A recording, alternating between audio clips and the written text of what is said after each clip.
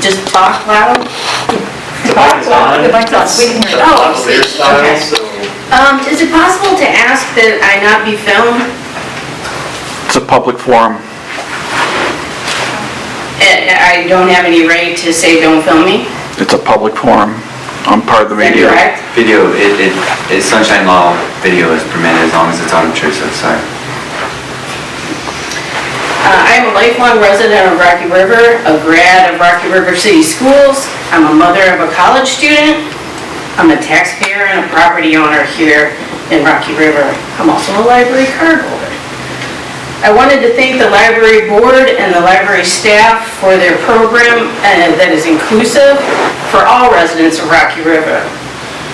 I understand the need that the library to have a catalog that is broad and covers topics of research and reference, as well as popular, historical, and pleasure reading.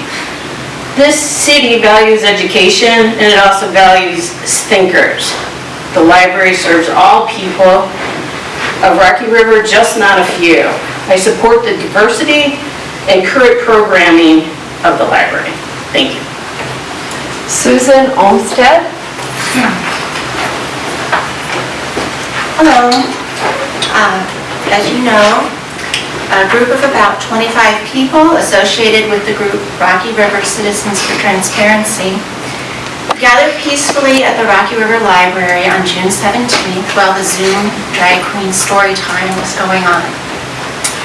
We prayed, held signs while standing along the sidewalk, and quietly talked with one another. We were met with no hecklers. In fact, most people who drove by were encouraging. A few staff members were outside for the summer reading program and saw our demonstration. We spoke with library employees who were very friendly and welcoming. A Rocky River police officer was present as security. We were glad to have him there. After a peaceful protest, we got in our cars and drove away. We did not see the person giving the story time, and we were not even aware that she was in the building since it was a Zoom event. That evening, Sassy Sasha posted on her Facebook page that the Rocky River police were there for her protection to keep the protesters that showed up, quote, at bay. She claimed that her friends had to, quote, put their own bodies between me and the protesters, trying to approach me while being escorted to my car, end quote. This is a complete fabrication, and it is in fact libelous. This person whom you hired lied about her safety being threatened while on library property. She lied about peaceful library patrons conducting an orderly protest. Others have libeled us and slandered us on social media by calling us bigots. Library staff members have liked Sasha's slanderous Facebook posts and done nothing to discourage people from believing her lies. We have printouts of this. It should disturb all of you that lies are being told about your library and its patrons. Thank you. Jody Hobson. Thank you. I'd like to, follow up on Susan's topic. So in an effort to clear our case, we spoke to the Rocky River Police, who issued the following statement, and I quote, "There were no calls for service during the drag queen event," unquote. We also made a direct request to Director Jamie Mason to view the security camera footage from June 17th to see just who these 45 people were that apparently confronted Sassy Sasha. He refused to release any information to us because, and I quote, "This is not a library matter as it pertains to a personal Facebook account that is not affiliated with Rocky River Public Library," unquote. Well, I disagree. This personal account was posted by an individual that you contracted for a program sponsored by our library, and she made claims about her safety while on this property. Then, employees of the library liked and commented on the post without a peep of concern for what she said. And sadly, a portion of our community likely accepts these claims at face value. Well, it's really unfortunate that the guest you invited felt at liberty to malign the patrons of this library. We're the ones who love this library and have supported it for years, and not just with our tax dollars, but in-kind support of time and talent. Sassy Sasha falsely claimed to be a victim for attention. Perhaps this is one of those valuable lessons you hope she spreads to our kids. We need to have a conversation with you, trustees, and we expect this from you. Thank you. Bethany Harry.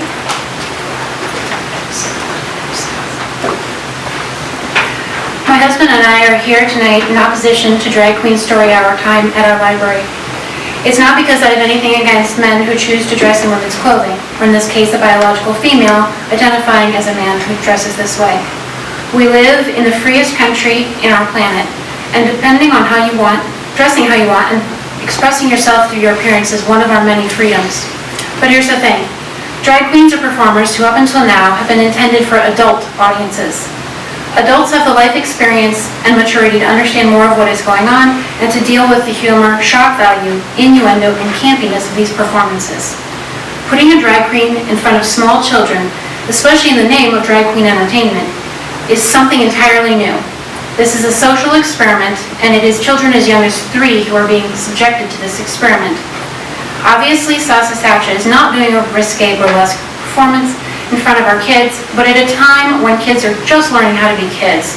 Why is it necessary to introduce them to adult themes? It is not that important that a kindergartner be made aware that some men like to make themselves look like women. That particular revelation can wait a few years, and no harm would be done by allowing that conversation to happen at an older age. In our zeal for an open and tolerant society, we may have lost sight of the need to protect our children, to keep certain doors closed until such a time as they are mentally and emotionally prepared to see what is behind them and to grapple with those issues. Kids are losing their innocence earlier and earlier with every passing year. Childhood ends when innocence is lost. They only get one childhood. Let's make it last. Our public library is entrusted by the community to provide programming that is appropriate to each age and stage of life. Let's save the adult themes and adult entertainers for appropriate ages and let kids be kids. Sarah Buck. Am I pronouncing that correctly? Okay. Can you hear me? Okay. My name is Sarah Buck, and I forget how long I've been in Rocky River. I've been in Ohio since 1975, and I am a member of this library. There was one time that I ever took the time to call this library and just give my deepest, most profound, most joyful thanks. And that was when I saw in the news or heard, I forget what, that you were having the Drag Queen Story Hour. I cannot tell you how much this meant to me. I wanted to sign up to watch it, but I know it was on Zoom, but I didn't want to take one of the spots from a young person that would enjoy it more than I would. But when I was a kid in the 60s, the best music teacher I ever had turned out to be transgender and got fired from her job. Best music teacher I ever had growing up, got fired from her job for changing genders. And that was something that all these years later, more than 50 years later, I will never forgive my school board for. And then it turns out that I have a transgender member of my family who feels daily threatened, safety threatened in this world that we live in, where it's deemed inappropriate for someone like my family member to go out in public. So I applaud the library for welcoming the drag queen story hour. I don't know whatever the drama was in the parking lot because I wasn't here, but I hope that you'll continue to have inclusive programming. Thank you. Thank you. That is all the names that I had on my list. Was there anyone else, since we do still have some time, who wanted to speak? Can you repeat that? I'm sorry. This is the last name on my list, but we do still have time. If there was anyone else who feels inclined to speak, I wanted to extend that opportunity. Okay. Oh, yes. Could you let us know your name? Sure. My name is Christine Hankley. Thank you, Christine. I just wanted to clarify that Sassy Sasha was not lying about being approached in the parking lot. I was there. I was one of the people that stood between her and a protester and two protesters that came within 10 feet of her car holding their signs. Obviously, I stood in front of them so you know where I stand on the issue, but I was there. And they followed her to her car. So I just wanted to set that record straight. Thank you. Thank you. Is there anyone else who would like to, okay, and your name is? Yes, my name is Ann Robbins. So, just to clarify, I spoke with Officer Hill directly, and he said there was no one that was accosting Sassy Sasha. I think you could follow up on that if you want to. And the other issue that I think needs to be considered here is that the statement that she made in her Facebook page was that there were 45-ish people that the police had to protect her from. There were 23 of us. We did a head count. So that's even more, that adds more change to this story. If there were 2, and she said there were 45, and Officer Hill says everything was fine, she got to her car. The Rocky River Police stated there was no incident, no call. We should have a conversation about it. Can I make another statement? I think you've already made a statement, Susan. Am I permitted to make a second? I think we're limiting people's statements to 2 minutes, so let's continue that. Yes. If you could tell me. Faith Washington Sims. All right. That's F-A-Y-T-H. Thank you. My pleasure. I don't normally speak at these things because I have been doxxed by members of this community, some sitting in the audience at this very time. So I try to be very private with my life when it comes to public meetings. So I know this is being recorded and being used for propaganda for the bigoted website that these people represent. But I have to say that it's an affront to my Christianity and the way that I was raised for people to give Christianity a bad name. I have looked over the website and they talk about Christian values and family values. Christians do not chase people to their cars. They let them go. I'm not done talking. Christians do not chase people to their cars. They let them go about their business. My granddaughter, Mia, whom most of you have seen, beautiful baby, enjoyed Sassy Sasha's time. Laughed, clapped every time she closed the book and opened a new book. I want her to grow up in a world where her skin is not a sin, where the people she decides to love will not be a sin. I want her to grow up and be happy, safe, and whole. And as long as we allow bigots in this city to come up in public meetings, tell lies, spread more bigotry, you're making it unsafe for a baby. And it needs to stop. Thank you. Thank you.